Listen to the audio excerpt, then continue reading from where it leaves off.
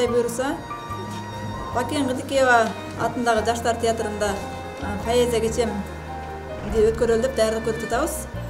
Бул демилгени Марскул Абулова эже, Рахматулло Табалдиев агайлар көтөрүп чыгышып, сунуш кылышты.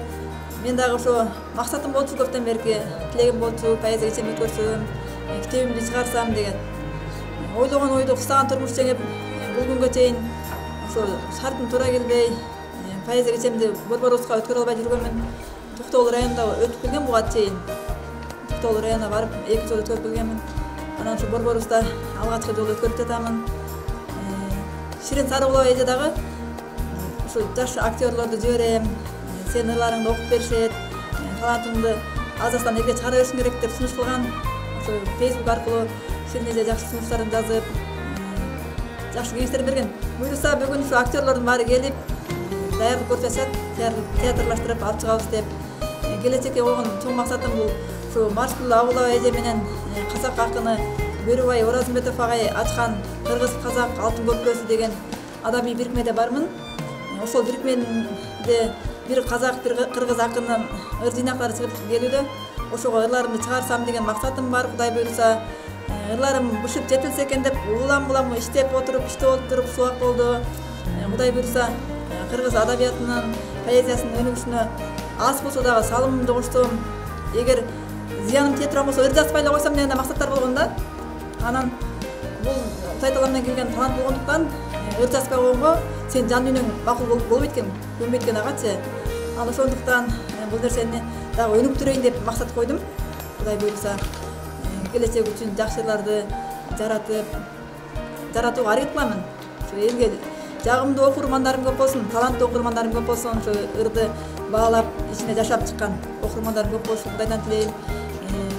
Поэзия кечебизди колдоп келип берген Токтогулдук агаларыма, Тоголугум кишим экеним, Коңуз уюмунун жалпы жамаатына, Толук айылыбыздагы Кызылдомбок көчөсүндөгү бардык кошуналарга, кыскасы бир туугандарыма баарына терең ыраазычылык билдирем.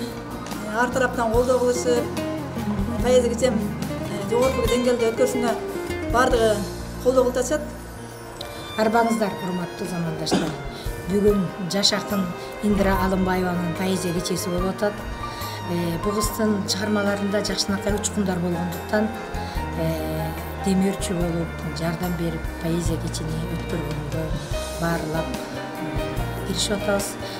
Мунун бирден бир жакшы себеби ырлары көп тилге которулгандыктан биз азыр Кыргыз-казак алтын көпүрөсүнүн эки автордон бир китеп деген долбоорго ошо Индира Алымбаеванын китебин чыгаралык деген ниетте жакшы тилектер менен поэзия кече болуп атат. Саламатсыздарбы, кутмандуу күнүңүздөр менен. Бүгүн өзгөчө күн. Анткени адам баласы бул жашоого келгенден кийин кандайдыр бир жашоодо из калтырасы керек. Ошондой из калтырам деген жакшы ниет максат менен бүгүнкү күнү өзүнүн поэзия кечесин Индира Алымбаева буюрса сахнада театрда өткөрүп отурат. Бул кыз негизи эмгекчил, адамгерчиликтүү, үй бүлөгү жакшы эне. Бирок ошонун ортосунда эч качан поэзияны унутпай бүгүнкү күнү эл алдында өзүнүн жүрөгүнүн түпкүрүндө жаткан ырларды тартуулап келет. Ошондуктан мен Индира Алымбаева сизге келечекте Кыргыздын мыкты ырларынын автору, бир топ китептерди чыгарып, кыргыз элибизге, журтка сөзсүз түрдө жаркка чыгып тартуулайт деген ойдомун. Бүгүнкү кечеңиз кут болсун. Мен айтарым, Индира чыгармачылык жолдо эч кимге ишенген жок. Өз күчү менен гана өзү дилгир кыз, өзү гана бардык жерге жетишип атат. Ырларын жазып атат, мынакей чыгармачылык кечесин өткөрүп атат. Мунун баары эле айтып келгенге оңой, бирок иш тууралуу аткарганда оңой нерсе эмес. Мынакей Казакстандан бери чоң акындарды чакырып атат. Ушул жердеги болгончулар Индиранын кара сөзүнө жазылган сонун оңдорун аткарып атат. Буюрса Индира үчүн келечек жолунда жакшы бир ачылыштар болот. Эл тараза эл сынчы дейт. Ошол эл өзү баалап байкап турат. Кудай буюрса ошо бүгүн жалпы туугандар, тааныштар ушу Индиранын поэзия кечесине келдик. Кудай буйрса азыр башталат. Буйрса жакшы деген үмүттөр бар, жакшы деген тилектер бар. Астыга жерибиз жыла берсе кызыбыз ишине ийгилик, өзүнө денсаулык, чыгармачылык, ийгиликтерге жетише берсин деп тилейм. Урматтуу Индира, бүгүнкү чыгармачылык кечең кут болсун. Ар дайым чыгармачылыгың күчөй берсин, жакшылар жаза бер. Сен ырларыңа бизге окшогон агаларың обон чыгарып, ар дайым ийгилик боло берсин. Чыгармачылык кечең ийгилик өтсүн.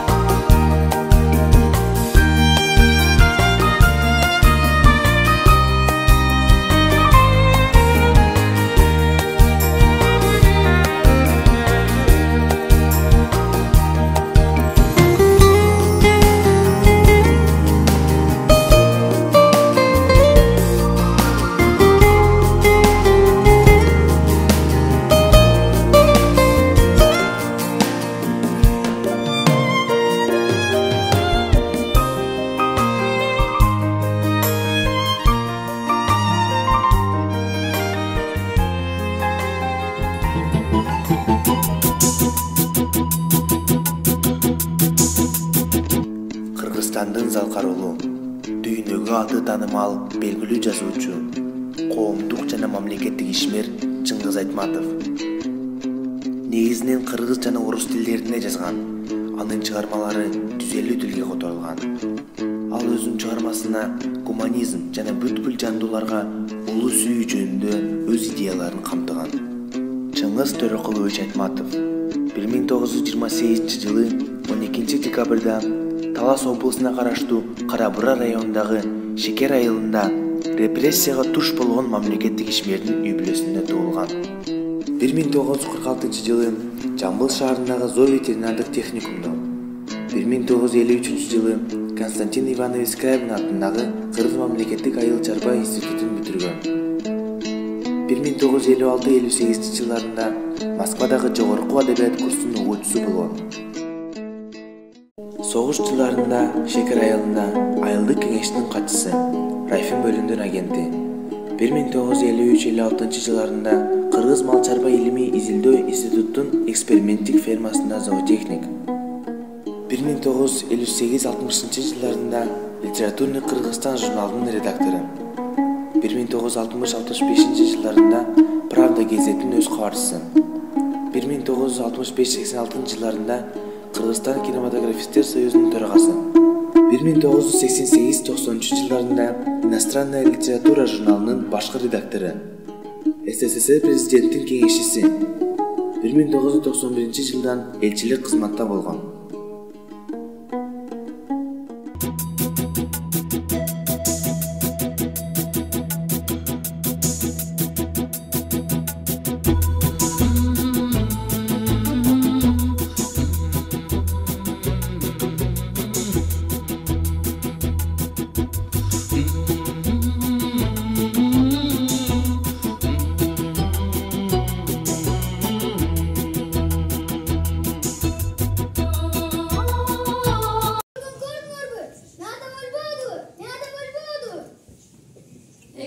Айтпа, осыңа таш. Ал эмес экен. Анын эмнеси экен? Атасы согуштан опат болгон жалган беле. Атасы эмне экен? Атасы да. Ал сен атаң эмес, эмне кыйкырасың? Жук да сен ата эмес. Ал артист. Ишенбесең киногу киночудан сурап көр. Жук, ал менин атам. Менин атам болсун. Кайсын эле сен атаң? Айтчы, кайсын эле? Сен көргөн жоксуңбу? Мен атамдын атын угадым.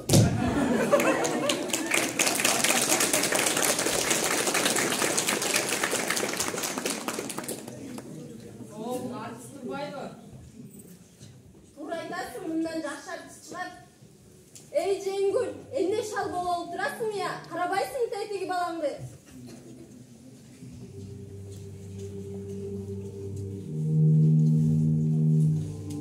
Жүр балам, жүр кой. Ошол сен ата.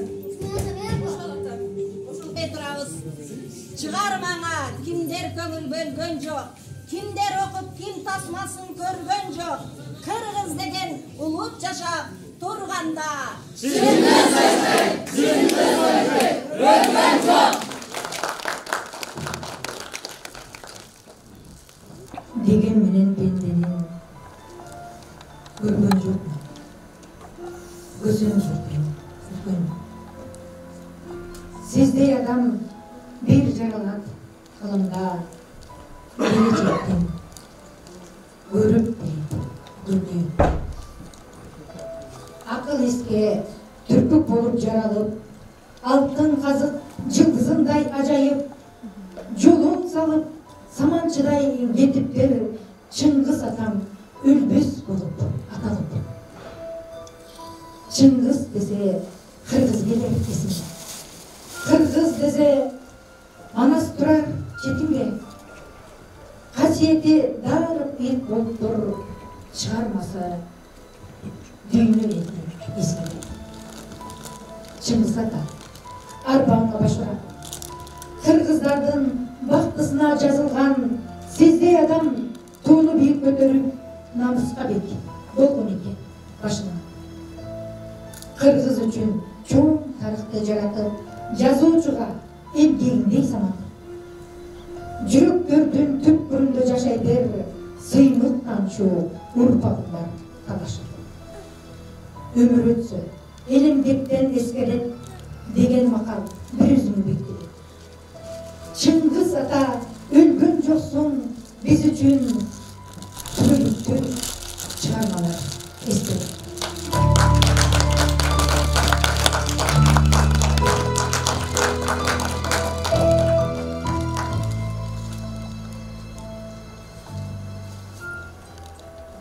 Тоорду көкүрөгөн ташкынында, улуу кылым жол берет жаш кылымда, жыл өтөт жыл кылардай көтөрөгөн, хизметтелген тамчыдай чач кылымда. Журтунун байрагына жылдыз тартты, күрөө алып эмгектен Чыңгыз даңкты, аты жөнүн таныткан адамзатка сандыгындан даанышман кыз тапты. Окутаны ак жана кара адамдар, аяларга курсугал карагандар, үзөңгүлөш болушту далай дөша, кызматына ишине жарагандар. Күтүрүп жолдай оор кайгыныңды, кечирди Чыңгыз баштан айды, жылды, күн саатты таптады күлүсүнү, адамзатка эмгизип тай колунду. Чыгармасы бүт ааламга таркалып, Чыңгыз ата атак даңктуу баркалып, жазгандарын окугандар баалады, улуулуктан, урмат, сыйдан наз алып. Жолугунай жерда кылым берген, 3 кылымдамыз кылымдай күнүсүн берген, кыргыз журтун урматтай дүйнө эли, залкар Чыңгыз ысымдуу оорун берген.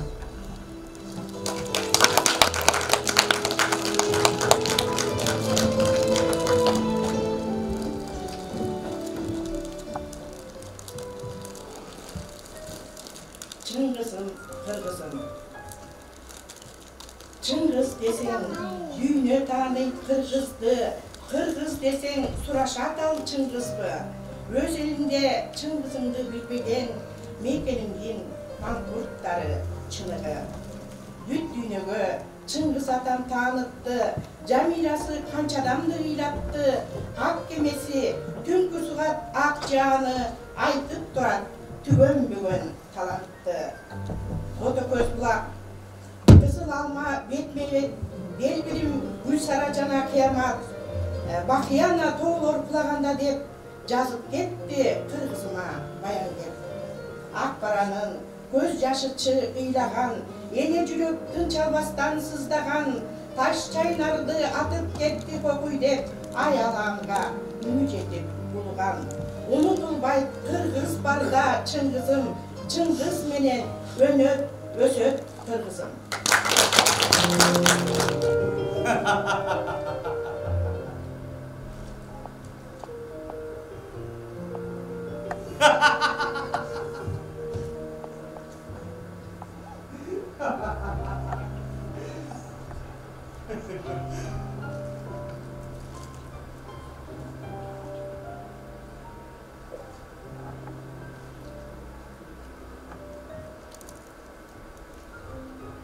Esingdebi?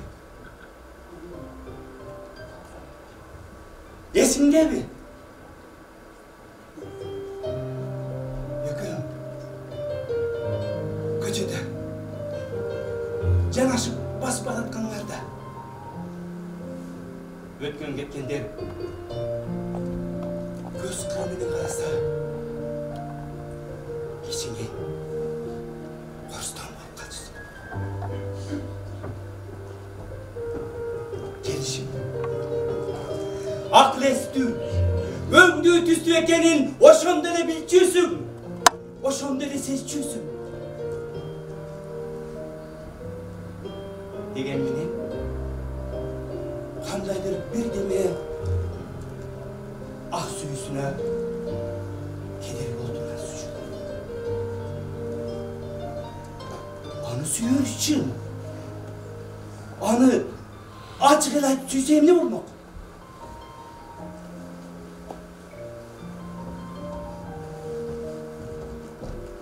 Görsün.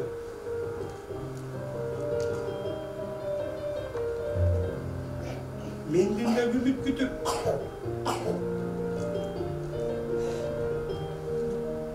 beni güt. Boşalt bütünlerin boşa.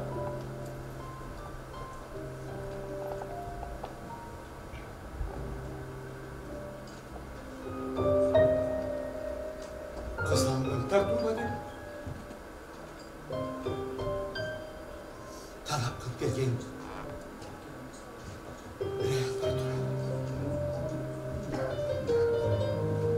görse menden de ümit kütüp meni güt koşa bütünlerin koşa kızlarına da tatlı oladı talap kılıp gelgen bir ayal var duran.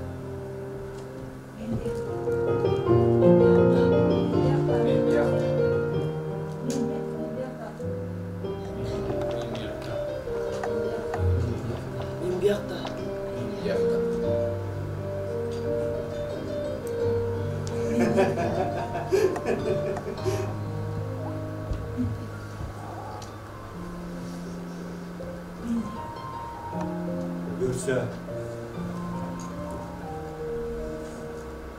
men bir ümit kütüp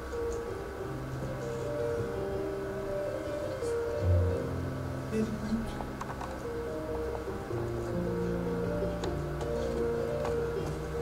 Koşa bütünlüğüne koşa kızlarla mı tatlıladı? Talak kılıp geldi. Bir aya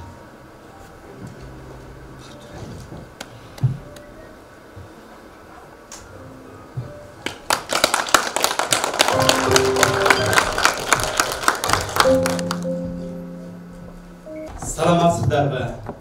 Urmaklı bugünkü Poeziya gecesinin görmanları. Poeziya, adamdın can dünyasına rotku. Bul yaşoda turmuşka kızıktırgan. Көп жаман нәрселерге жақшылыққа бөлген. Болған ішіндегі дүниені елге, жұртқа сахнада айтып, әрбіріне жеткізуге әрекет қылған инсандар, бұлар ақындар. Ошондон тоқтар. Бүгүнкү Индира Анбаеванын поэзия кечесине кош келиңиздер. Алымбаева Индира болуп 1984-жылы 15-апрелде Токтогул районунун Тоолук айылында мугалимдин үй бүлөсүндө туулган. 6 айлык мезгилинен баштап чоң эле чоң атасынын колунда тарбияланган. Чоң атасы улуу аты мекендик согуштун ардагери, чоң энеси баатыр эне медалынын ээси, жамакчы, ууз, чебер адам болду. Тайатасы өмүр бою мектепте иштегени, коомдук иштерге актив катышкандыгы үчүн айылдагы заманбап мектепке ысымы берилген адам. Алымбаева Индира 1991-жылы мектеп осуусун аттап, 2001-жылы отличник көч белгиси менен мектепти үлгүлүү аяктаган. Мектепти аяктагандан баштап турмуштун өтө оор сыноолоруна туш болду. Ооба, Индира мектепти аяктап жатканда атасынын бир тууган иниси 37 7 жашында каза болуп калды. Сиңдиси Астрадагы бас сөөгүнөн оор операция кире турган учур болду. Атасынын башындагы оор сыноолорду көрүп, атасына окуймун деп айта албай, Борбор каланын Борбор шаарына карай сапар алды. Өз колу менен аракет кылам, өз күчү менен жогорку окуу жайга өтүп кетем деген балалык кыялдары жогорку окуу жайга да алып келди. Тилекке каршы бир дагы окуу жай эшигин ачып тосуп алган жок. Кайсы тарапка барса да акча сураган учурларга туш болуп, жан дүйнөсү алсырай түштү.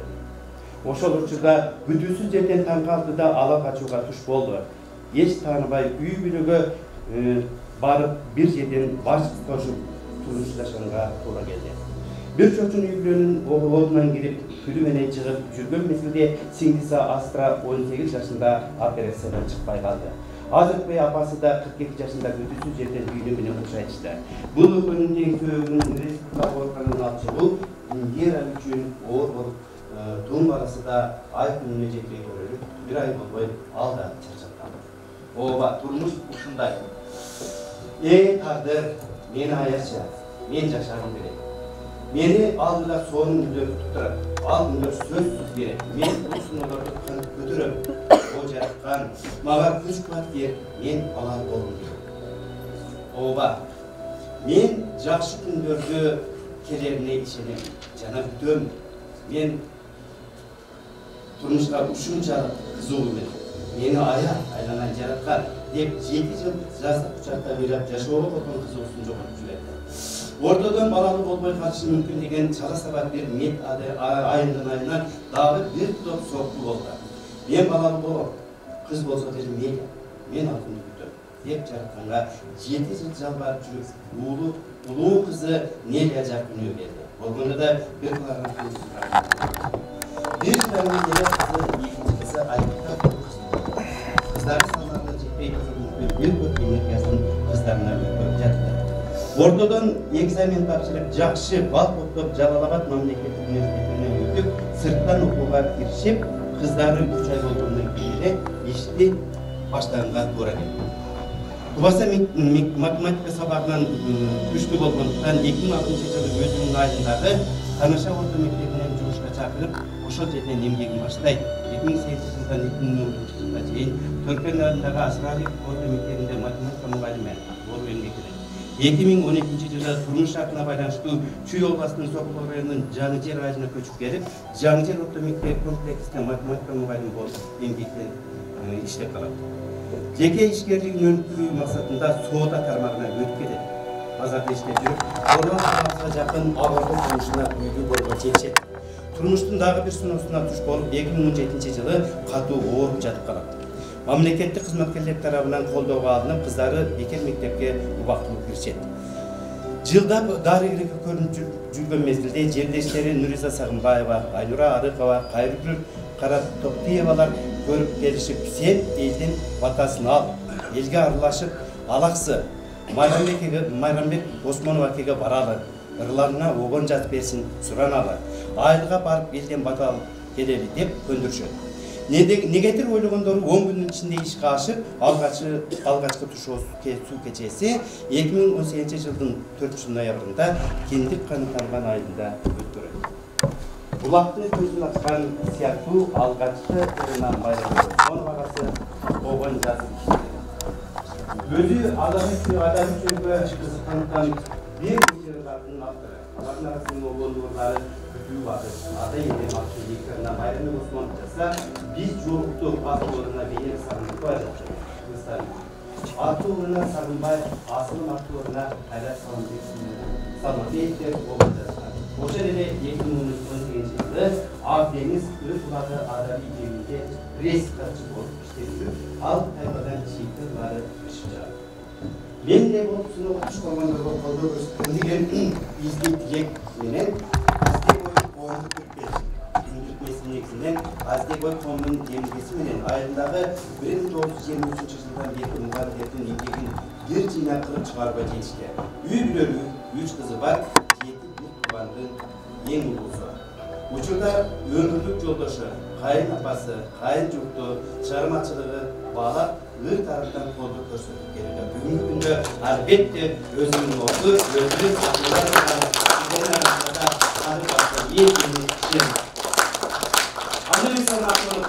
мен сахнага бүгүнкү биздин поэзия кечесин ушундай жакырак уюштуруп берген автор сиздердин кызыңыздар биздин коллега Индира Алымбаеваны чакырып коебуз.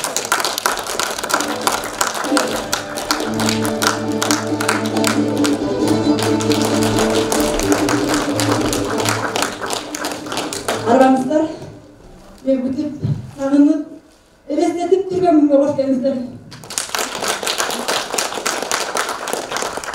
Сиздерди кыргыз поэзиясын, кыргыз маданиятын сыйлаган адамдар деп эсептеймин. Сиздерди жакшы адамдар көп болсун. Ата энем караңгыда жарык чачып жол берген. Аппак кардай оюң таза ата энем. Дүйнө кезип жөө көтөрүп өтсөм да күтө албайм. Силер айбанайым десе жүрөк езилген. Бейишимсиң мен өстүргөн ата энем. Чындап сүйүү силерде да күнгө эне болуп баркым келген эне мен. Тайгак жолго тайгакпай жүргөн меримиңер өзгөчөгө өзгөдөн 18.000 антып койсам меримиңер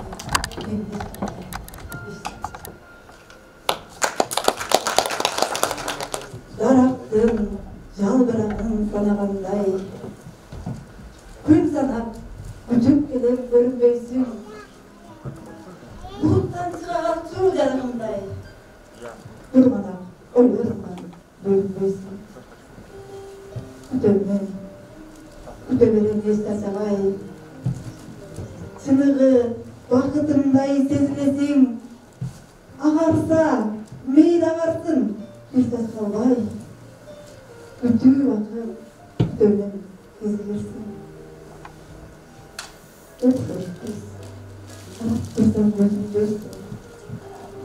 Мен үчүн сен балалык кезинбейсиң.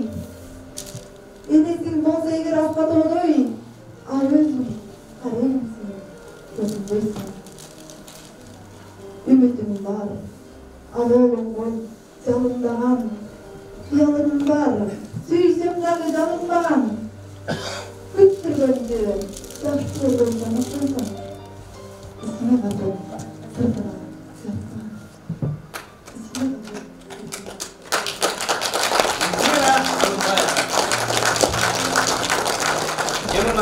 Biz programımızda biraz özgürlüğüne tuğra geldi. Bugün yol jarattırgan, yol жүрүп кете турган insanlar бар екен араңыздарда, алысқа кете турган. Ошо insanlarga сөз өзүңдөр билесиздер, чыга берсеңиздер болот. Калгандар отуруп туруңуздар, булар алыска кете тургандар. Калгандар аягында сөз сүйлөп, жакшынакай телевидениеге интервью бересиздер. Микрофонду алмаштырыңыздар. Алмаштырып койбойсузбу? Yeni tuvalet üstünde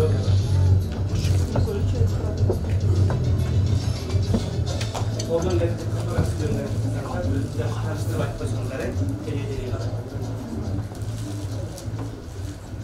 Arkadaşlar, hurmatlı bugünkü poeziya kechesinin katılımcıları, hurmatlı madaniyat ökülleri, buna bugün Indira kızımız özü aytkanday үлкен чыгармачылык кечесине катышып отурабыз. Акындын жүрөк аркылуу бардык нерсени демекчи мына биздин кызыбыз Индира чыгармачылык өткөрүп кечесинде өткөрүп ушул жерде чоң дүбүрккө катышып отурганы биз үчүн абдан чоң сыймык. Дайыма сыймыктанабыз. Улуу жасыбыз Чыңгыз Айтматов айткандай, адамдын күнүгө адам болушу абдан кыйын. Индира кызыбыздын адамгерчилиги, патриоттук сезими, биздин айып болгон аракеттик көз караштары абдан күчтүү. Ушул эле кыйынчылык күндөрдө 20-жылдарда ушул айылдын сыртта жүргөндөрдүн, иште жүргөндөрдүн, жигиттердин, кыздардын уюштуруп, материалдык жактан жардам кылып, ушул баардыгын ушул аракеттин абдан чоң болду. Ал гана эмес, азыркы учурда дагы биздин сыртта жүргөн топтардын тобунун кичи мекендеги облуска уюштуруусуна ошого аракет кылып көп милдеттер кылып келатат. Индира кызым акындык жолго түшүп, үмүтүбүздү Кудайга шүгүр, муну ыйлар келгетанын кылып арышын албала эмесин, чыгармачылык ийгиттер болсун. Айылдары атаң болгон мен классташым өзүм Аяш кызым атары үчүн сенин аралыкта өмүрү uzun болуп жаштыктардын күбөсү болсун. Дайыма жаштыктарда ушундай ийгиттер болуп турат, баарыбызга жаштыктарды каалайм. Анан Токтогул райондук администрациянын берген мындай себептер менен жолдо келе албай калып ошону тапшырып коюуга уруксат этиңиздер.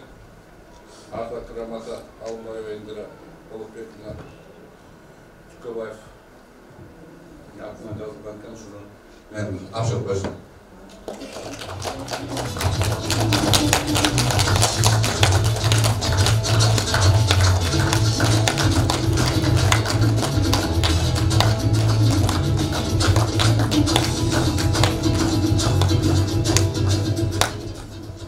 Саламатсыздарбы?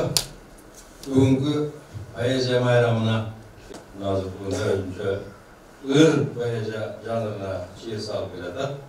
Бар болайына бактылуу. Анан мен Колгайлы өкмөт атайын грамотасын тапшырып коюп берди, мен ушуну тапшырып коеюн. Жазма жанрында жазмакын катары кыргыз поэзиясына кошкон чоң салымы жана толук аймагына сыймып алып келгендиги үчүн Алымбаева Индира Колгайлы өкмөтүнүн ардактуу фотосу менен сыйланат. Колгайлы өкмөтүнүн башчысы Аттокуров Курдү.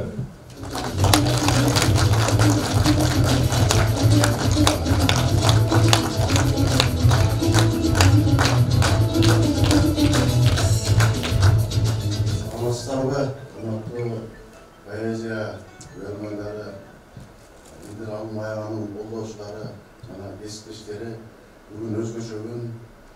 Ушул Индиранын поэзия кечеси, улуу гуманист, дүйнөлүк жазуучу, энибиз Чыңгыз Айтматовдун 95 жылдык мааракесине туш келип атышы бир өзгөчө сыйынып, өзгөчө төлгө. Индира Алымбаева баскан жолу менен баардыгыңыздар тааныштыңыздар. Эми чыгармачылыгын көрүп отуруп, чындыгында эле биз башка тармакта болсок дагы чыгармачылыгы менен байланышкан эл аралык атын жазуучулар менен байланышы, алар менен кызматташы, бүгүнкү күндөгү могул жердеги актерлор менен байланышып иштеши, андан сырткары унун чыгармасына атактуу оончуларды чыгарышы өз эле Индира Алымбаеванын поэзия жанрындагы өзүнүн стилин табылгандыгын көрсөтүп турат, унун өзүнүн деңгээлин көрсөтүп турат. Бул өзгөчө сыйынып. Индира Алымбаева биздин тобунун кичи мекенин коомдук фондунун активдүү мүчөсү, ошол жерде 11 уюштуруучу киши бар. Ошонун бири өзүнүн тылга иш аркылуу, патриоттук сезим аркылуу элге ушул пандемиядан кийин чоң иштешип барып, бул ишинин деңгээлин абдан бааладык. Ыр жазган киши, чыгарма жазган киши өзүнө оң армандарды тандап жүрүп, ушуну өзүнө сиңире түшүрөт. Ошон үчүн баардык оң касиеттер Индира Алымбаевада бар. Ушул көрөрмөндөрү бүгүнкү катышуусуна катышып отуруп, баарыбыз жакшы элек айтып, ушуга тут болсун айтып келдик. Индира Алымбаева дайыма ушундай жакшылыктарың көп болсун, аман эсен болуп, биздин коомдук фонддун атынан ушул бүгүн колдоо максатында 30 000 сом акча бердик. Жана грамота, башка сыйлыктарыбыз бар. Азыр эле грамота окуп коюу үчүн Лилия сөз берет. Саламатсыздарбы, кутмандуу ушул күнүңүздөр менен. Ырыш боздору өзгөчө чыгармачылыктагы поэзия жанрындагы жалпы көрөрмөндөр Бүгін біз бардығыз ушул өзі кичинекей болсо да, өзі насип болсо дагы бул талантты ташкындаган Айтылуу Кетментөбө өрөөнүнүн Токтогул Сатылганов, биздин улуу демократ акыныбыздын уучун улаган акын кызыбыз, сиңдим Алымбаева Индиранын чыгармачылык ушундай бүгүнкү өзүнүн ыр кечесинде жолугушуп отурабыз. Эң биринчиден ден соолук каалап кетейин, жана чыгармачылык ийгилик. Биздин Толук элинин, Токтогул элинин жана Кыргыз элинин сыймыгы болуп жүрө бер, чыгармачылыгың өркүндөп өсө берсин. Ошону менен Толугум Кичимекеним коомдук бирикмесинин ардак грамотасы. Кыргыз поэзия жүйрүсүндө мазмуну терең ырлардын ээси, чыгармачылыкта өз орду бар, таланттуу, сыймыктуу кызыбыз Алымбаева Индира Булутбековна Толук айылынын атагын алыска тааныткан, патриоттук мүнөзү жана коомдук иштерге активдүү чоң салымын кошкондугу үчүн сыйланат.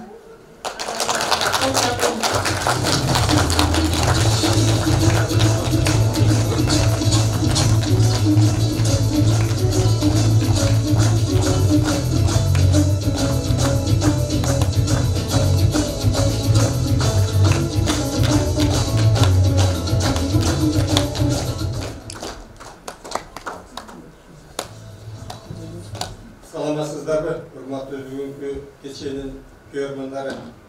Индира карындашыбызга абдан чоң таазим. Мунун баскан жолун өткөргөн күндөрдүн баарын өзүңүздөр уктуңуздар. Индирага мен абдан ыраазымын. Ошондой күндөрдү өткөзүп, бирок эч мындай элдин кандай топ болбосун, кандай жашы топ, кандай уюшкандык болбосун, айылга да жетишип, жаңы жерге да жетишип, Токтогулдун районунун чечилбей маселеге да катышып, чуркка бардыгына жетишет. Анын ичинен кайта чыгармачылык ийгиликтерди жаратып, ушундай жакшы чыгармачыл адамдар менен катышып, биздин муну Толук Кичимекеним аттуу уюмду уюштурганбыз, ошол 11 киши. Ошонун бири, ошонун иштердин баарына чуркап жетишип, бардыгына катышып жүрөт. Индирага чоң таазим, чыгармачылык ийгилик, өзүңдүн жеке турмушуңа бакыт таалай. Кудайым келечегинди кең кылсын, ден соолугуңду чың кылсын, өмүрүң узун болсун, элиңе далай жакшылыктарды жарата бер, эл ичинде аман бол. Сиздерге чоң таазим сыйлап келгениңизге рахмат.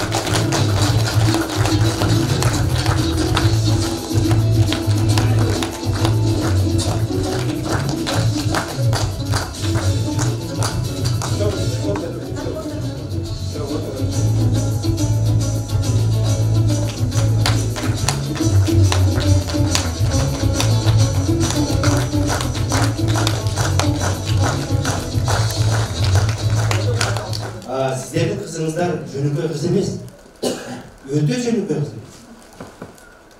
Өзүнүн орду бар. Мына Казакстандан, Ташкенттен, Өзбекстан, Тажикстан, ошол жактагы мен деген драматург, акындар мен өзүнүн ортосунда мамилеси бар. Ошондуктан мен ойлоймун, мындан аркы чыгармасына сиздер сөзсүз түрдө колуна кол, бутуна бут болуп көмөк көрсөтөт деген ойдомун. Эми азыр сиздердин акындарга көрсөтүп ушул биздин автордун сөзүнө ээ, сөз ушул автордун сөзүнө таандык, биздин арабызда отурган ушул поэзия кечесин чын жүрөгүнөн куттуктап келген биздин коногубуз бар, Альбек Акмарат Эркинин кызы. Сиздерге азыр жакшынакай бир чыгарманы бүгүнкү кечте Гүлдеса катарында автордун атынан таркалат.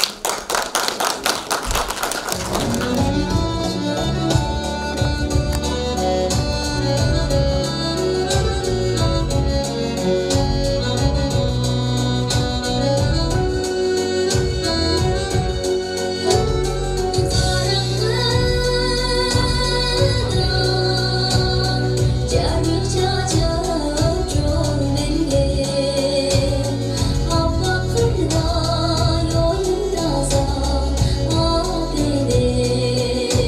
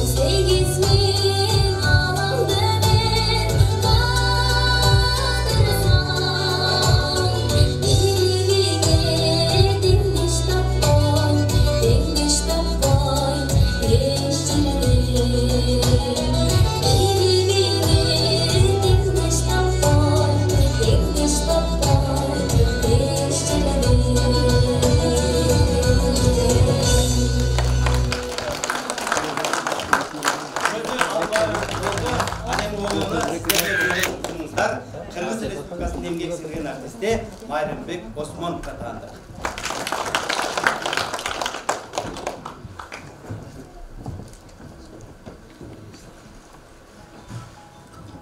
Индира Алымбаева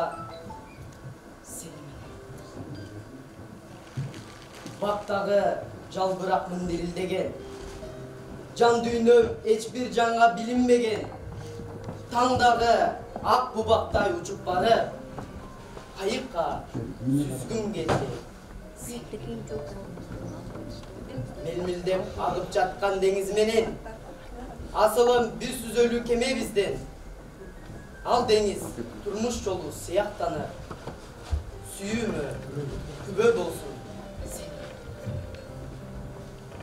Ак сүйүм алып келген деми менен, сүзүүгө кубат алдым эргүү менен, сүйүүнүн даамын татпай өтөр белем.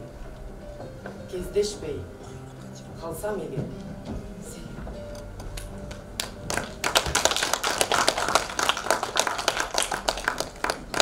Токмоктогу музыкалык окуу жайынын фольклор бөлүмүнүн жетекчиси Айнура Арыповага берели. Сөзү автордуку ал эми обону Майрамбек Осмоновдуку күтүү бакыт. Косорунда. Сүйөрмандары, урматтуу Индира сиңдим, бүгүнкү кечең менен куттуктайм. Индира сиңдим жөнүндө кыскача айта кетсек, өтө аракетчил, эмгекчил, мыкты мугалим, мыкты эне, мыкты жар. Дегеле мактасак да сөз жетпейт. Бүгүнкү кечең менен чын жүрөгүмөн куттуктайм. Калемиң курчуй берсин, ушул эмгегиңден жазба, кичинекей эмгек менен чоң ийгиликтерге жетишесиң. Албетте аманчылык болсун, ден соолукта бол.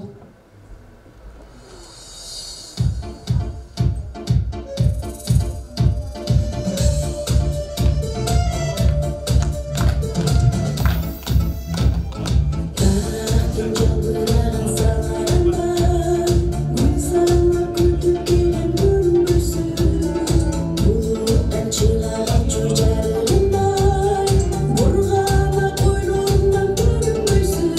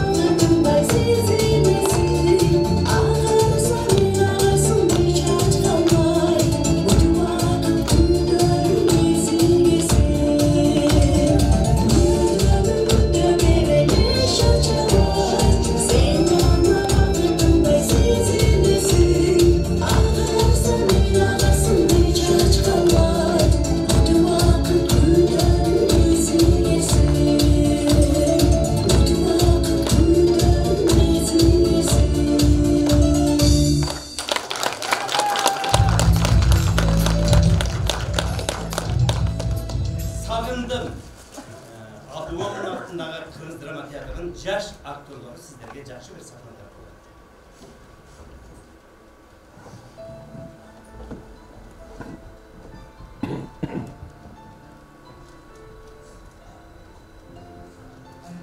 Жолукбай, сүйлөшпөсөк болуп бере. Жолугуп, сүйлөшүп калдык неге? Бир көрүп, элесиңди унута албай. Сүй деген азап айтчы. Таң сенсиң, агарып жаңа аткан. Күнүм сенсиң, нур чачып эми чыккан. Болбой калсаң жанымда сен бир азга, бир тулуу сезиле түшүнө. Сага жетпей, сүй албасаң башка жанды. Айтчы жаным, андан өткөн азап бар. Ойлосом, бактыбызды эки башка. Жүрөгүм толкуп ташар азапка.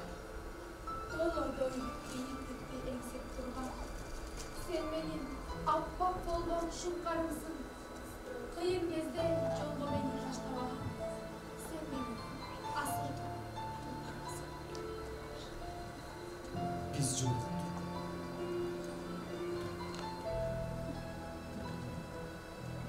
Жүрөгүмдүн дүк-дүк этип калышы, көздөрүмдүн тынчын алды дабышы, бир керемет дүүлүктүрүп сезимди. Ыйык сезим, көздүн жоосун алганы, сездир алды, чоң бакытты андады. Бүт оорунун дабасындай боло алган. Күрөкпөс экен, махаббаттын ырдасына.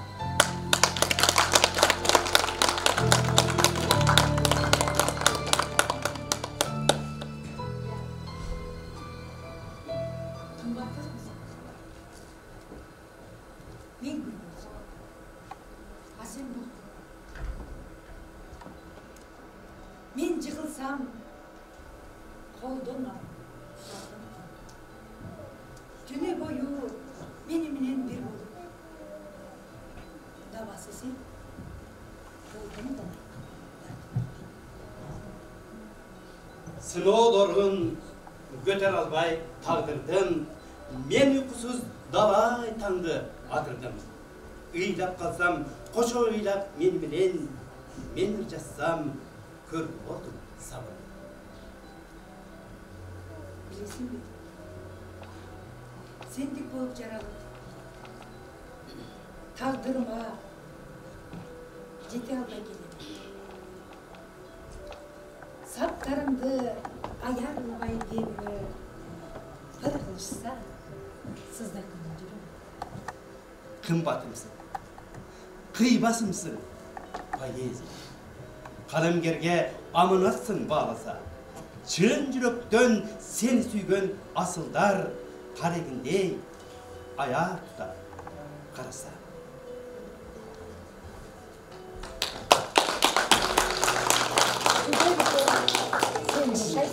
Поэзия.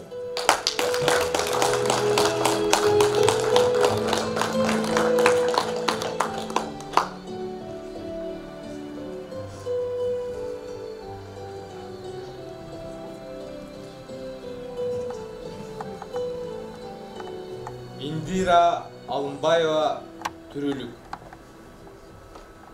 Күлүктөрдүн маарасына жеткендей, өмүр өтөт, ойлонууга эс бербей.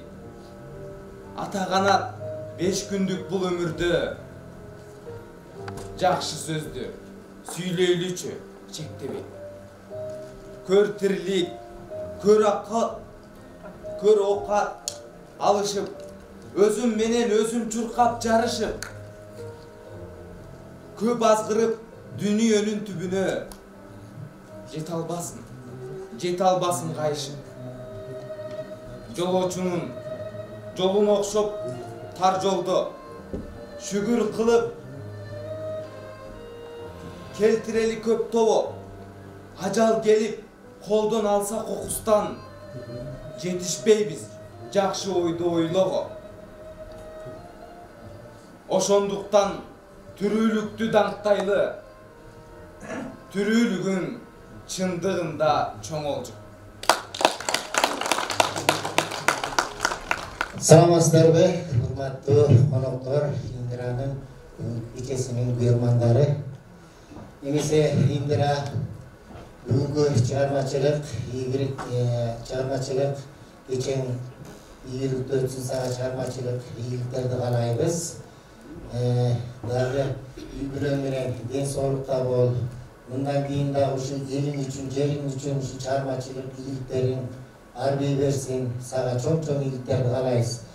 Анан сиздерден дагы бир нерсе сурап кетем, бул эмне барагын көтөрүп чыкчы да ойлоңуз. Индира дагы кечирээк берип калды, кечинде мага.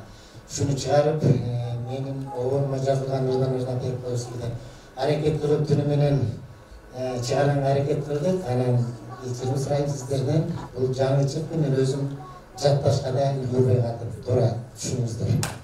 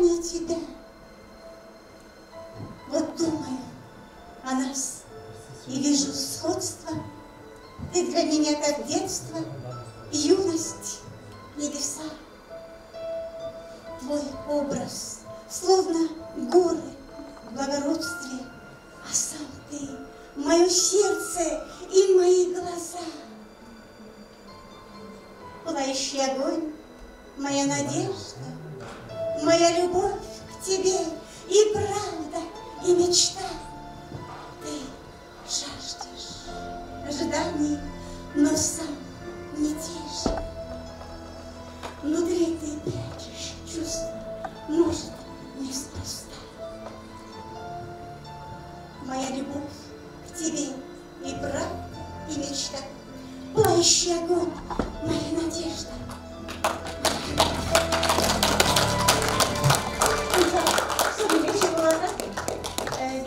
Азадамда бұл адамда емес, орнатты мекендештер, гет жылу чүйірді, абдан соның толқынамаға маға жағат, поэзия деген міне бұл, поэзия бұл жылулық.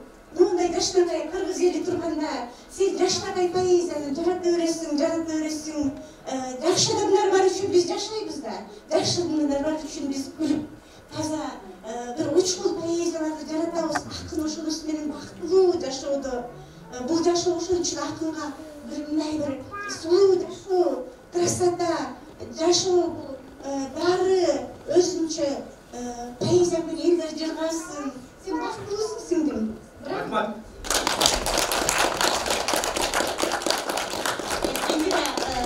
Азыр көптөгөн российский чоң конкурстарга катышып атат. Россияда бир чоң союз Орта Азия боюнча ошол жерге жаңыдан конкурстарга катышып, Матвей конкурстарына, лауреаттыга, премияга уже конкурска немелерин берди. Отурлуу атат буйруса. Рахмат.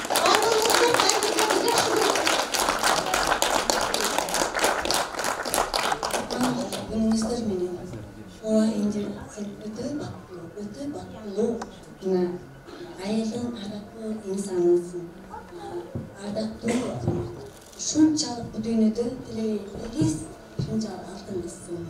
Мына айылың сени кандай гана барып отурушат. Ушул бактың, ушул кадыр досуң.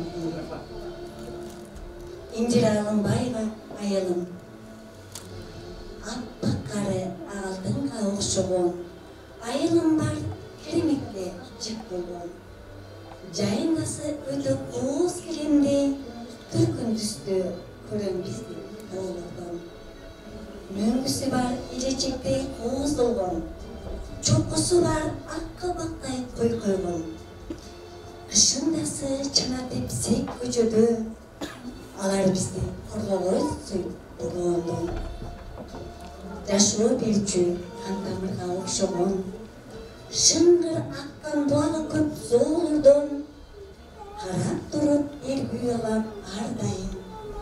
Мен алаксың келген жаман ойлордон, карап туруп эргүү алам ар дайым. Мен алаксың келген жаман ойлордон.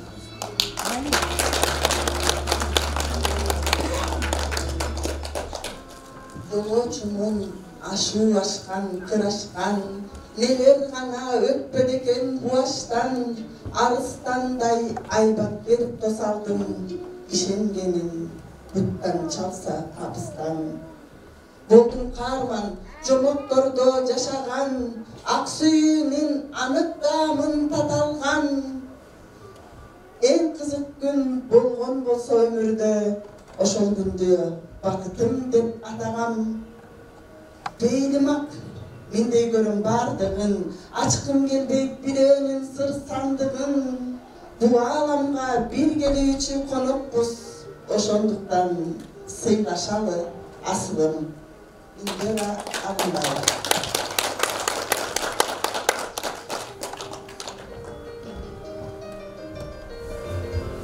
Индира Алымбаева ата. Ач болбосун, үстү бүтүн болсун деп. Иштедиңиз күнү-түнү. Күндөй жанып турасыз сиз биз үчүн. Көңүлдөрдүн арасында кыздарым деп кээде кирпигине жашадыңыз, сыноолорго ийилбей турганыңыз болду биз тоогойну сурадыңыз, болду ырлар сыр бербей. Төрөлгөндө тоолор менен бирге өскөн толук айылым ата сиздей жыттанат.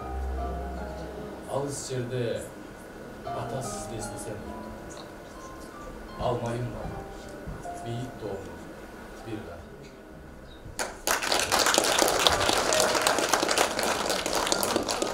Обондугур Кыргызстаным Сабина Сабаева тарап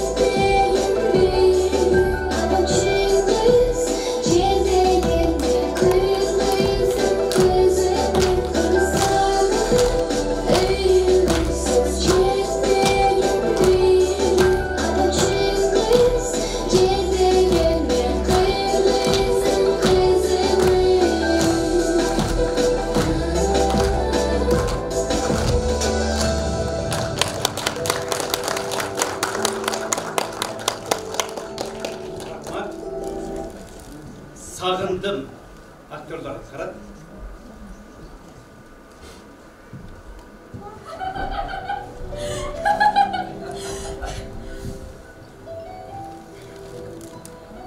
Көк қаратып, күттіріп, жалындырып, жаш балача, термелтіп, сағындырып.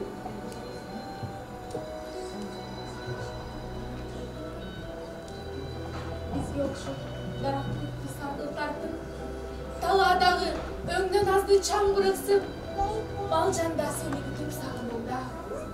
Барқым, бар. Sen canlı, kadırlısın, geremetsin. Geçir bizi, tarıtsak kara basıp. Gele koy, gele koy, ot karatmay. Önünü, çıksın doğru, yaşıtlar.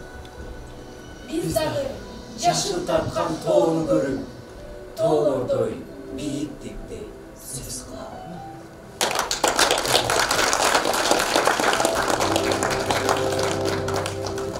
Çok rahmat. Hurmatly konuklar, sizlerдің астыңыздарга мен жакшынакай жаш кызды чакырайын. Албетте бул кыз жөнөкөй эмес, Сабина Сабаева сиздер үчүн жакшы бир ырдаттар берет. Албетте бүгүнкү кеченин авторуна таандык сөзү. Келип кызым.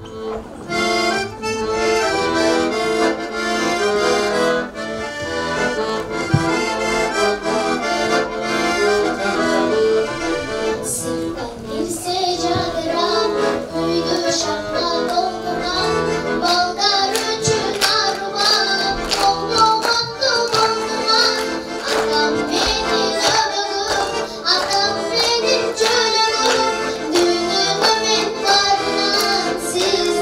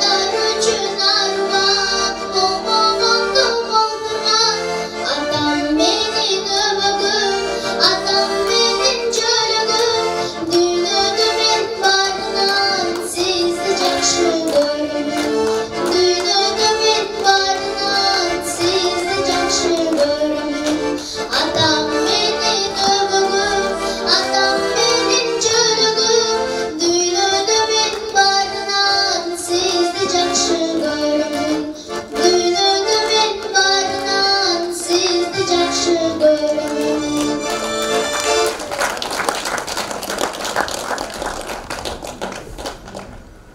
Әлбетте, урматтуу конокторлор, бул ырдын сөзү биздин бүгүнкү кечебиздин түнөгөрү.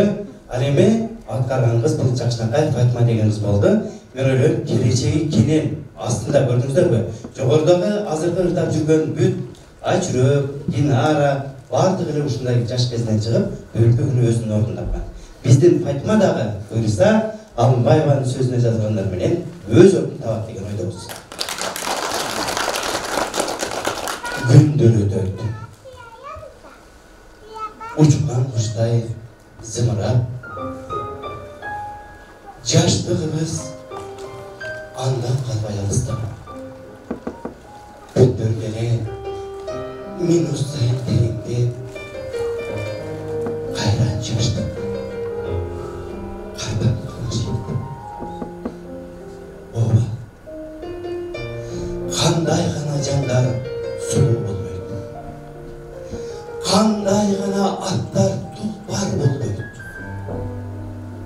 Бирок жаратылыштын жазмышы өз ордуна коет. Өз ордуна.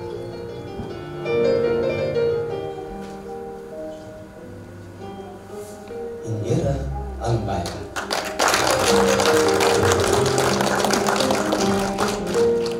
Толук деп аты затына жарашкан, айлана чөйрөсүн ушундай зор дарактын түрү айрыкча кымыздык.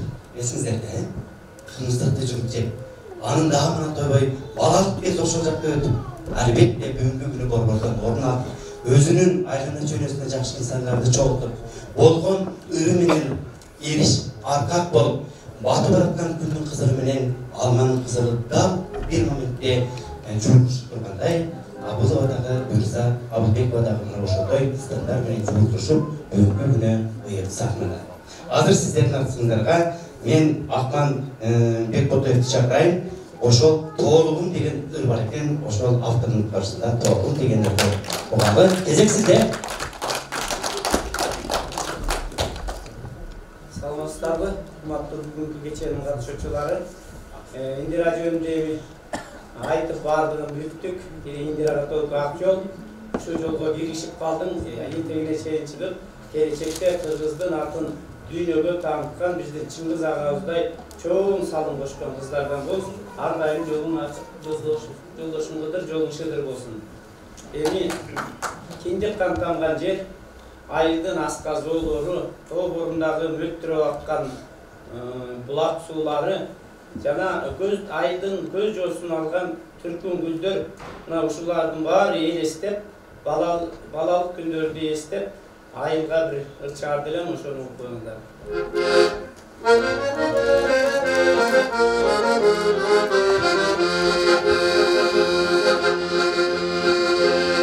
Айылдын гүл булагы, аккан суулары,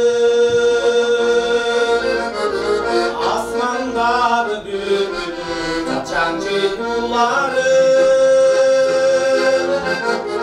камчалып учагыңа бойлуп күлсөм да, талкабай бир өзүңдөн эңсе кумары, айылым тегеректи тер жайганды эңсең сагынды.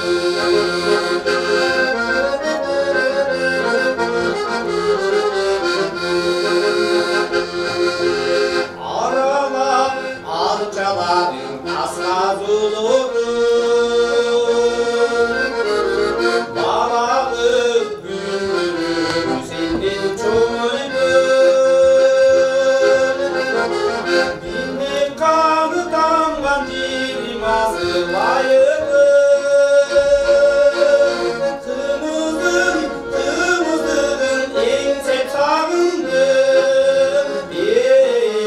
толугум дайым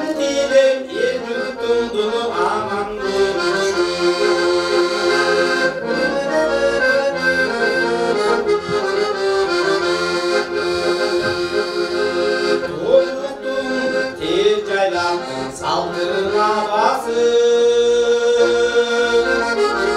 alırını gülme doğum sonu taracı Taragat büdür gönül ışık yaynagan Aydıma uzatardan gelin ayrandan ayım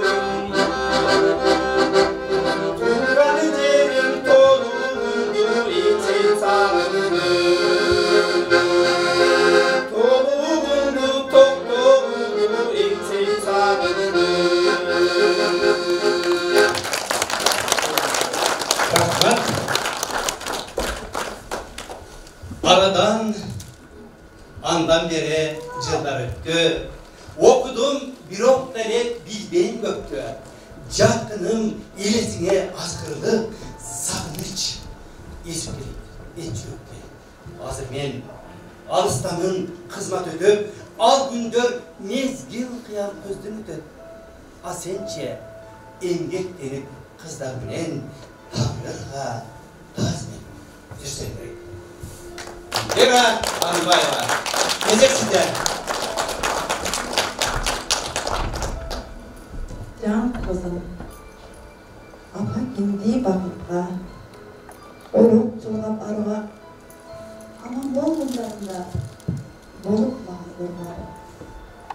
Özüm bolup jandırgen, han canımdan daralgan, uzun ömür anında, bakıp esinde atkan. Ünsüz atemimsin, kuatımsın demimsin, kızım bolgoy sen menin, kızı bolun benimden. Mağa çeksiz bakıpta, senin şirin sözlerin, olup dayım canımda, hiç yamandık görmedim. Bul ömürde aklaşap, gezip düğünüp kozlerin, kol jetmesli boyurup, büyüklükte gözlüm. Asıl kızım bedelim, Kuday bergen bedegim, senden dalangaklık, kütüp kana deyim.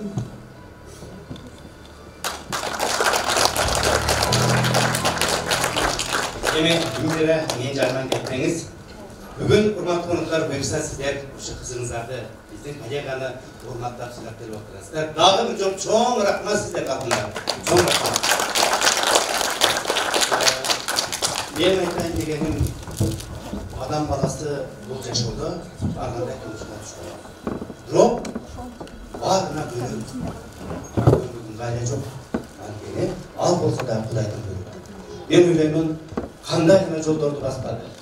Қандай ғана қиыншылықтарды көрбөдү. Эмне деген жолдорго барбады. Ачка тоқ, бар, жоқ, жакшылык, жамандык. Ар бирибиз басып өтөбүз. Бирок Индиранын жолу өтө кыйынчыраак. Бирок ошого карабай, бүгүнкү күнү көрдүңүздөрбү? Мына сиздердин сахнада көрүп жүргөн инсандар жөнүндө адамдар эмес булар. Булар да ушул түнү менен унутпай албай, өр жазып, поэзияны элге жеткизейин деген инсандар. Ал эми актерлор, актрисалар, мен ойлойм, сиздер келечекте буларды сонун кино, театрдан көрөсүздөр. Ошондон урматтуу конуктор, биздин бүгүнкү салтанаттуу кечебиз аякта баратат. Эгерде араңыздарда туттуктап, калып жек айтабыз, сөз айтабыз дегендер болсо, сиздерди сахнага чакыралы. Келиңиздер, калоочулар, сөз сиздерде. Мен Актеңиз ырбагы адабий бирикмесинде селекторлордун кырып ошол жерде жеткирелим. Актеңиздеги эсегайларга сөз берип койсоңор. Бірімді айтып қойайын. Алтындан киім кім киет, ашықпай өмірі кім сүрет, алмашып жашоо чебени, алтындай болған қара чач, апапақ болып өскөрөт, күмүштөн кийим ким киет, күлгүн жаш бойдон ким жүрөт, күлсөк да күлкү жарашпай, кырышып жүздөр өзгөрөт, бактылуу каралып келсин дейли, жашоолук дейли басын өмүрү дейли, бактылуу адам карый, жүзүбүз кырышса мейли, жүрөгүбүз кырышпасын дейли, жүзүбүз кырышса мейли, жүрөгүбүз кырышпасын дейли, Barıya salamatla olgular, cahilina kutlasın, gele жатқан. Саламатсыздарбы? Бизден ошо кичинекей алакандай чынар болуп бизди гүл ачып аткан кызыбызды сыйлап келген ата-энелерге, бир туугандарга чын жүрөктөн рахмат. Бир туугандарынын атынан сиздерге. Ошо чыңгыз атабыздын 95 жылдыгына арналган кечеге өзүңдүн поэзия ошол көпүрөгө суу болуп арналганга биз чын жүрөктөн кубанып атабыз. Балам биз да жетише албай атабыз. Ошо атабыздай калемгер болуп, ааламды жаңгырткан жакшы жазуучу кыз болуп, күн нуру менен адам жашайт, эне сүтү менен алам жашайт. Сүттөй ак эмгегиңдин жашынакай жүзүн көр балам. Манастын сүрүн берсин, кожомкулдун күчүн берсин. Жерине де күчтүү болуп, калемдерин эч убакта табылбастан жазыла берсин. Поэзия күнүң менен байкалайын, узун өмүр, дайым ушул ишиң ийгиликтүү болсун. Саламатсыңарбы? Бүгүнкү поэзия кеченин каармандары, бүгүн биздин Индира кызыбыздын жакшынакай кечесине көй болуп отурабыз. Индирка, сен эгер мугалимдик кесипти тандап алсаң, ал эми бул талантыңды Кудайым берген талантың ташкындай берсин, өзүңдүн ушундай кайраттуулугуң менен баарын жеңип келатасың. Өзүңдүн бүгүнкү кечең өзү айтып тургандай бүт бакыт эмне эмне, ушунун баары артта калды. Эми мындан ары калемиң мындан да курчуп, калем сабамдын сыясы эч качан кемибесин, азайбасын алтыным. Алганың менен тең арып, ушул кыздарыңдын кымбатын көрүп, бакубат өмүр сүргүнүң. Артты караба, баары алдыда болсун, жалаң жакшылыктардын үстүндө жүрө алтыным. Индирка, бүгүнкү поэзия кечен болсун, алемиң курчуй берсин, ушул жолдон эч убакта тайынба, алтыным. Сага ийгилик каалайм, жакшылыктарды каалайм, ар дайым бактылуу болууга, ишиңе ийгилик. Акчебай рахмат, Кудайыбыздан Пайдурдун атынан келдим. Разылык билдирем. Тазим, мен талантымды баалап, ар дайым колдоп беришет. Ыраазымын сиздерге. Кутмандуу күнүңүздөр менен, урматтуу поэзия сүйүүчүлөр. Бүгүнкү Индира Алымбаева жөнүндө канчалаган жакшынакай сөздөр болар. Бул Индиранын жашоосунун алгачкы гана тепкичтери деп ойлоном. Индиранын ырларындагы жакшынакай учкундары бизди жөнөкөй жай койбойт. Себеби адамдын жан дүйнөсүндөгү айтылбаган сырлар башкача өгүттө поэзияда ачыктан ачык көрүнүп турат. Андыктан Индирага ийгилик каалайм.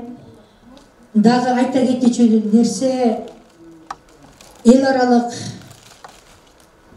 2 автордон бир китеп, Казакстан менен Кыргызстандын китептери чыга турган долбоорубуз бар. Биздин 5 жылдын жүзү болуп калды.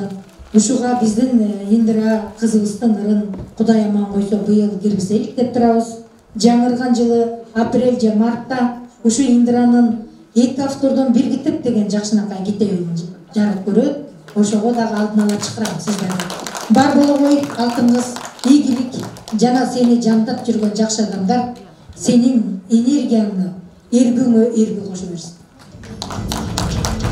Дагы бир жолу Индира сөздү сизге берейин, баарына ырашып билдириңиз. Урматтуу бүгүнкү поэзия кечесинин көрөрмөндөрү бүгүн ушундай кереметтүү чоң майрам болуп атат. Бул майрамдын ээси биздин эң кичинекей кызыбыз болчу, биздин Актеңиздин. Кичинекей болсо дагы ушунчалык өзүнүн кайраты менен, өзүнүн иштермандыгы менен, өзүнүн ушунчалык күчү менен эмгеги менен баарыбызды багындырып алган кыз. Индирка, алтыным, чыгармачылыгың өркүндөй берсин, өмүрүң узун болсун. Мынакей, бүгүнкү сенин чыгармачылыгың ушунчалык залкар жазуучу Чыңгыз Айтматов атабыздын 95 жылдыгына Шайдеш келип кошуп тургандыгын өзү жана бирөө айтып өттү. Бул чоң жыган. Ушундай бир чыгармачылыктын алп адамдарынын арасында сенин дагы ушундай бир чыгармачылыгың өзүнүн жолун өзүнүн нугунтап кетип бара жатат. Ошол чыңгыз адам баскан иштин артынан кетип баратат деген ойдобуз. Аман бол, бар бол, дайым жакшы күндөрдө чогуу бололу, кошул сени менен чогуу тилектеш болуп туралы алтыным. Бул эки сапырым бар, ушуну окуп койбойт.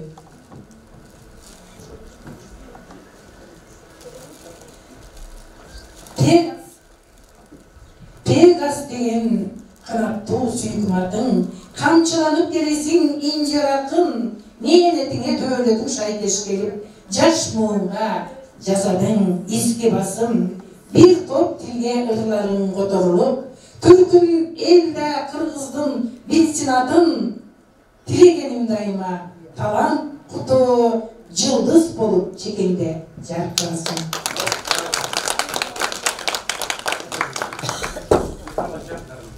Инжара, бүгүн сенин үчүн бакыттуу күн, ар тараптуу бакыттын бар тарабан берсин, кереметтүү кең кетмен төбөнүн бактылуу кызысың, ушул бактың кут болсун. Сен бир келечегиң кең, бар келечектен эң сонун үмүт кылган жакшы адамсың алтыным.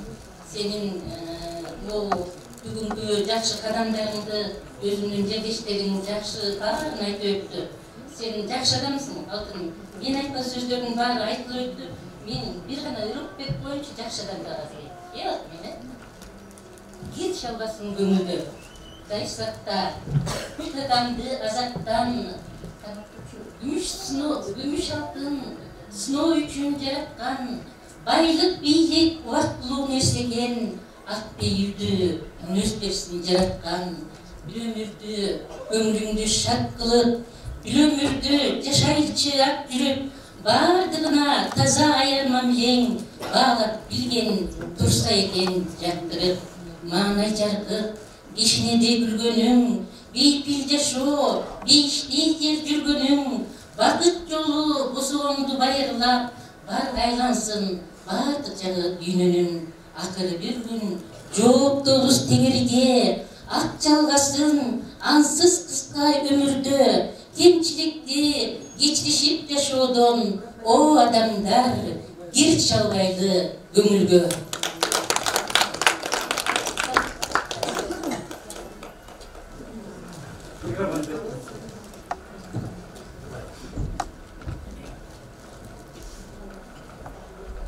Салып жалпы сол жерге келип, Индирабыздын кубанычы менен тең бөлүшүп отурган жалпы жамаат.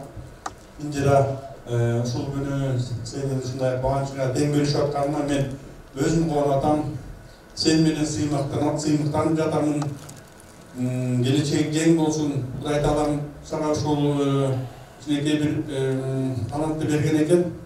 Талант өзү 1% болсо, эмгек 99% болуп, ошондо гана болгон таланттын ажары ачылат экен. Мен ишенем, сен эмгекчилдигиңе мен үлгү алам өзүм. Сенде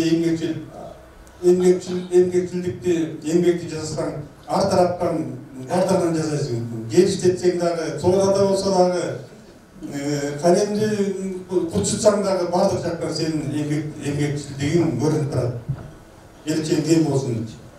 Чолпондой чойлон кыздарынын өмүрү узун болсун. Үйлөнүп бакыт каалайм.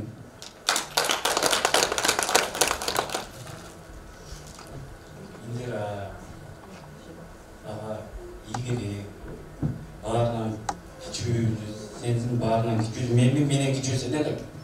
Ал сөз мага келип, мен сага аны ыр жазгам, азыр кичине тумоолоп туруп, сенде бар. Али поэзиянын ачык эле сырлары көп. Сага эмне деп айтайын? Азыр кичине мен кызымды толкундан атам мен да. Кетмен төбө толуктун бир кызысың. Кең таластын жазмасы ырчысысың. Ала тоодой бийиксиң, улуу чачың. Негиз эле кыргызымдын нуру кызы.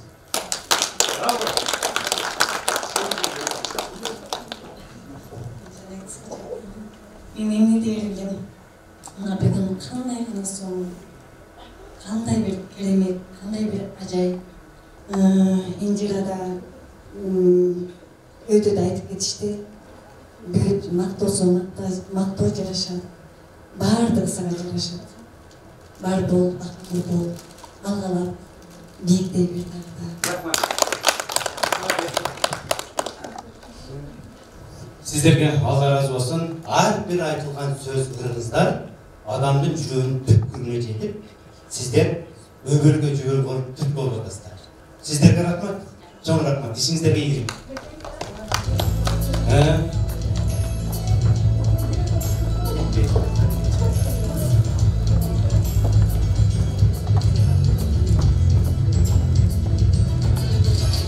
Урматтуу коноктор, кетпеңиздер, аягында тайып турмаңыз.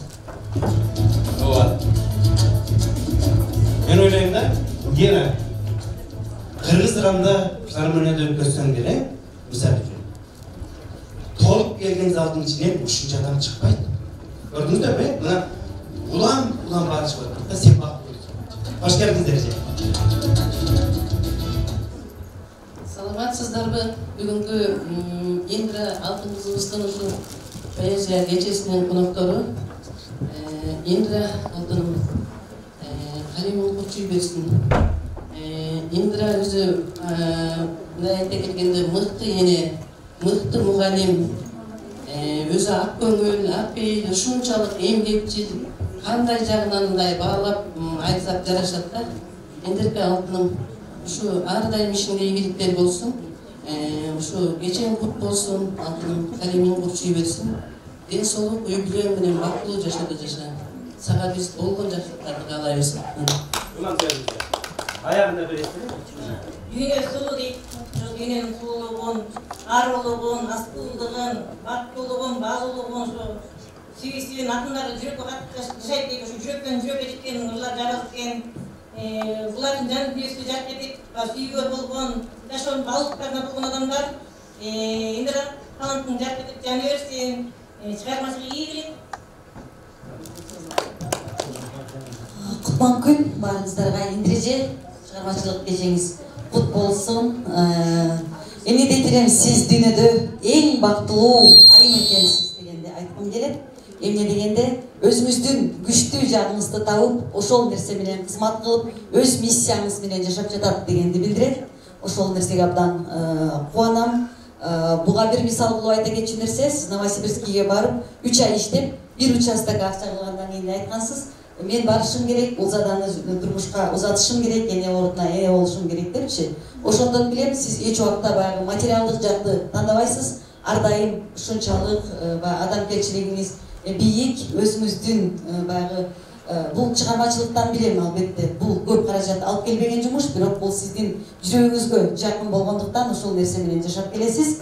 Мен ойлойм, бул сиздин азыркы өзүңүздүн баягы тарыхыңызга болгон биринчи барактарды ачып жатасыз. Буюрса келечегиңиз кең деп аябай үмүттөнөм. Чындыгында баягы кошто мамлекеттерди карап туруп ушунчалык баягы намыстанасың. Анткени театр десе аларда баягы адамдар жыйылып келет да. Бизде той десе 300-400 адам, 500 адам жыйылып келебиз. Бирок баягы бизде чындыгында креативдүү экономика өнүкпөй жаткан абдан баягы жүрөгүбүз ооруйт. Чындыгында баягы маданият аркылуу элдин аң сезимин көтөрүү, бул сиздердин азыркы кылып жаткан нерсеңиздер, бул адамдардын баягы жакшы жашоого үндөө, туура жашоого үндөө деп айтсам болот.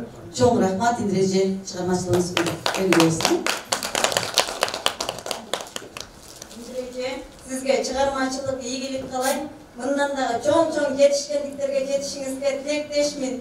Бул сиз үчүн бир эле чекит болсун. Чоң ийгиликтерге жетишиңизди каалайм.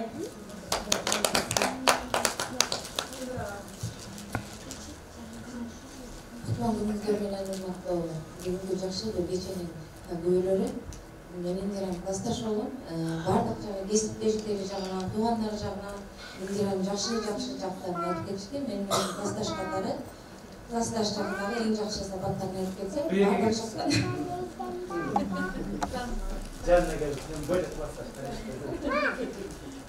Бардык жактан сиздер менен, например, поэзия жактан чыгармачылыктан уюштурса бизде классташтардан эң биринчи активисттер жүргөндөр болот. Башыбызды жогуткан, башыбызда кошуп койгон жүргөндөр болот. Тамамына Тайзим Индира, мындан дагы Галемин Курчу, көп ийиктер десем багытталар. Биз сени менен сыймыктанабыз, туугандардын арасында аман эсен бол, сени колдогон ушундай бир туугандарың болсун, сени колдогон ушундай кесиптештериң болсун. Сен менен аябай сыймыктанабыз. Мындай шарттарга байланыштуу көп классташтарыбыз келбей калды. Алар көрсө мындай биз деле Аселия сиңдим айткандай, туура элегенде биз мындай поэзия, маданият жагына көп көңүл бөлүп жүрүбүз да. Мен уже 10 жылдан бери биринчи жолу мындай театрга келип атам. Бир ыйлап, бир күлүп, мындай аябай өзүмдү башкача сездим. Чынын айтканда башкача өзүмдү өзүм сездим да. Сиздерге да рахмат, ушундай шартта, ушинтип иштеп атканыңыздарга.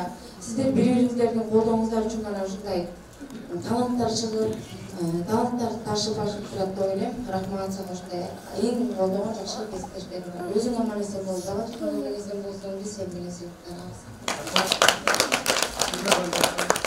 Ошо кыздарга бериңиздер. Жакынга. Поэзия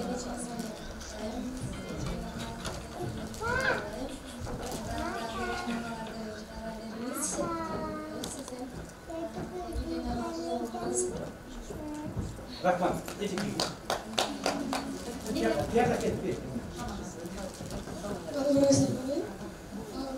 бүгүнкү атамыздын поэзия кечесине келип кеткен конокторго чоң ыраазычылык билдирем.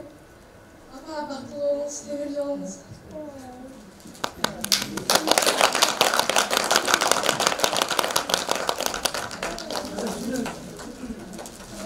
Рахмат, кол чаап туруңуздар, кол чаап туруңуздар.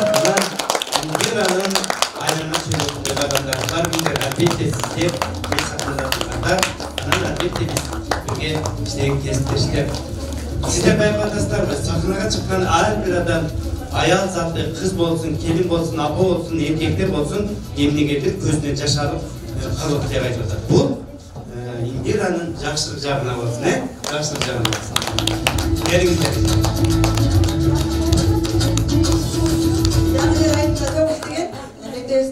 Зам директори келди азыр. Директор агай Италиядан келип, Италия кетип.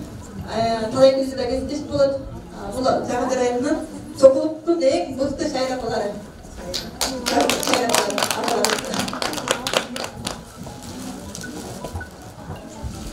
Айдалайын туугандар, бүгүнкү поэзия майрамыңыздар куту болсун.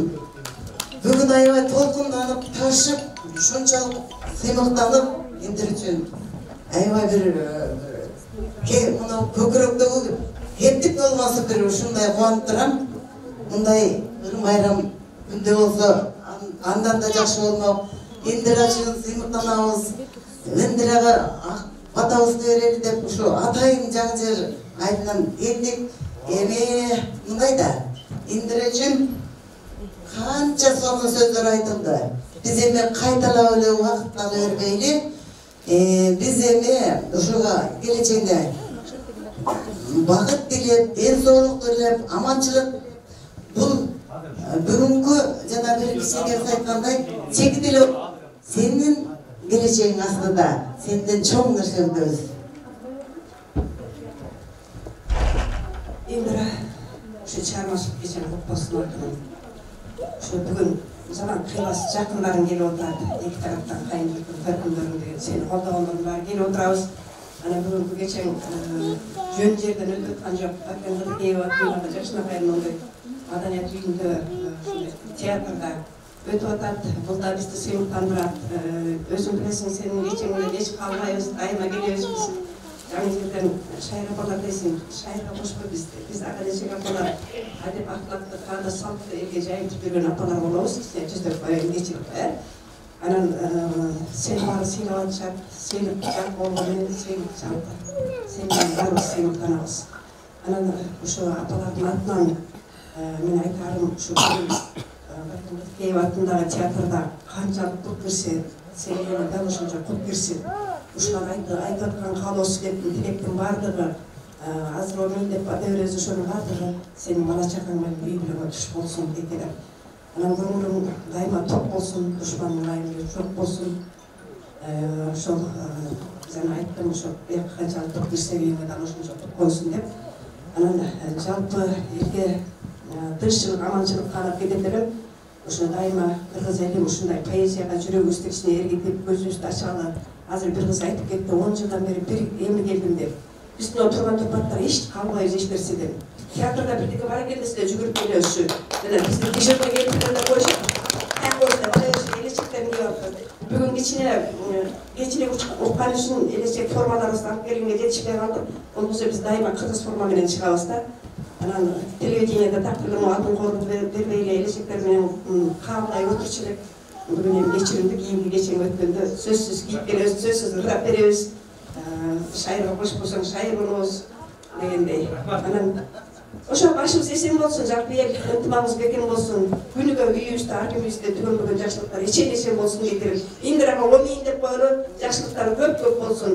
Ушундай ушул жерде мындан да өткөрүп берип аткан бизден көрүнүктүү артист балдарыбыз дагы бар болсун. Ушуларга да ден соолук, ушул театрда окуп, келечекке чоң жолго аттанып аткан жаш актер, актрисаларга дагы ак жол каалап коелу. Биздин Кыргызстаныбыздын маданиятын көтөрүп, чоң салымдарын кошуп, бизди сүйүндүрүп жүрө беришсин. Биз дайыма маданиятты сыйлайбыз.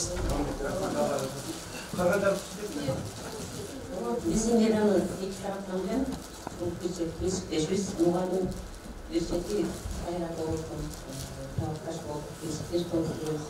Ишиңе ийгилик каалайын дайыма. Дайыма курч болсун.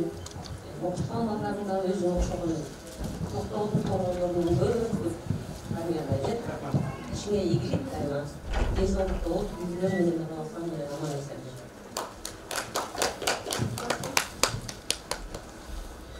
Bilecekler, beni birisi muhallim. Kolçalar olsun. Muhallim, mömölüyor da hep de şey. Ecekler buna şol, darak siz bir kezde adamlar suqtanışar, uşak durgan mömölörüңүз, muna biz деп айткан ырсаттарын айтылгандай, bir кезде мынакей, Индира, сенин mömölөрүңдү биз эми тартабыз. Мен азыр эстип атам да, ошо Болоткон агай, атасы биздин коллегабыз эле, эки чачымда аппак бантик бар, көзү баккайган кармакар мага жетелеп келген. Ушуну сиз окутуңуз, ушуга билим бериңиз деп. Мынакей ошондо ак камгасын ушул менден үйрөнүп, башталыштарды менден бүтүргөн. Анан ошондо эле мен ушубуздун адабиятка эмес, математика жагынан абдан класстын эң алдыңкы окуучулардан болчу деп. Анан адабийга кийин кызыктып, аябай сыймыктанам. Эми көп сөз, мен көбүн айтпайын, сага ден соолук берсин. Кызым ушу Токтоодун кыздарын, ушу алдыңкы кыздарын болуп эле, кыздарындай болуп эле, дүйнө жүзүн танытып жүрө бер. Сен менен сыймыктанам.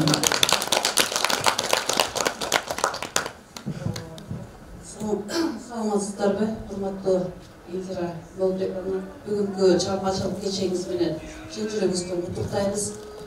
Биздин коллективде жалпы 99 мугалим эмгек элек. Ошонун ичинде декретти көргүдө Индира Болотбековна. Индираны айта берсек, ар тараптуу ушунчалык адамга мотивация берген, өзүнө эле эмес жашоосунда. Бардык окуучуларга, кесиптештерине мотивация берип, алдыда жүргөн патриот элим Кыргызстан деп күйгөн ушунчалык бир ырын окуп калдым эле. Биздин Азия чемпиондору болгон балбандарыбыз жөнүндө ушунчалык бир нерсени көрсө, ошону дароо илип алып, жүрөгү менен кабыл алган ушунчалык сезимдүү кыз. Ишинде, чыгармачылыгында ийгиликтерди каалайбыз баарыбыз. Анан ушул Чүй облусунун Сомок районуна караштуу Жаңы жер орто мектеп комплексинин башталгыч класстарынын мугалими Салымбаева Индира Болотбековна билим берүү тармагында өзүлүү эмгектенип, балдарды окутуп тарбиялоодогу жогорку жетишкендиктери үчүн сыйланып, мектептин директору Шеренбеков. Арбаңыздар бүгүнкү жакшынакай кеченин көрөрмандары, алтындай убактыңыздарды бөлүп, Индираны сыйлап келгениңиздер үчүн таазим. Индира, алтыныңыз. Биринчиден сага эмне айтат элем, Кудайым ден соолук берсин. Өмүрүң узун болсун, кыздарыңдын кызматын көрүп, эл алдында жаркырап жайнап, элдин кызы болуп жүрө бер. Индира, сенин чыгарган чыгармаларың окурмандардын жүрөгүнөн жүрөк табат деп ойлойм. Окурмандардын жүрөгүнө ээлейт деп ойлойм. Senin çıkargan çağırmaların oğulları menен el arasında şamşıy versin. Kanatın talgasın altımız. Var bol çağırmacılığı ilgilik sana. Sizlerge çok rahmat. Жеңилин жерден орун колдон алып биздин кызды көтөрмөлөп дайыма ушундай жанда жүргүңүздөр үчүн таасир сиздерге. Рахмат, Касанова болот.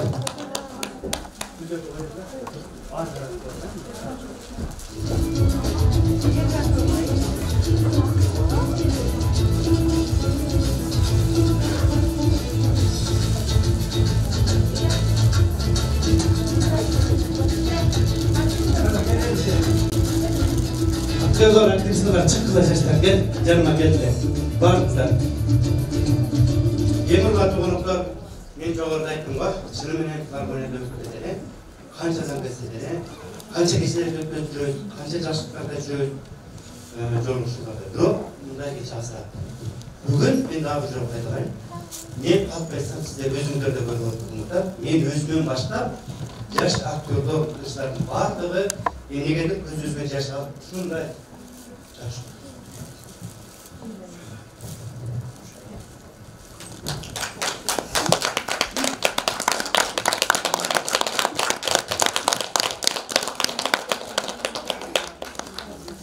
Indiranın bassa çöpkele ziyanı var. Başka ziyanı yok.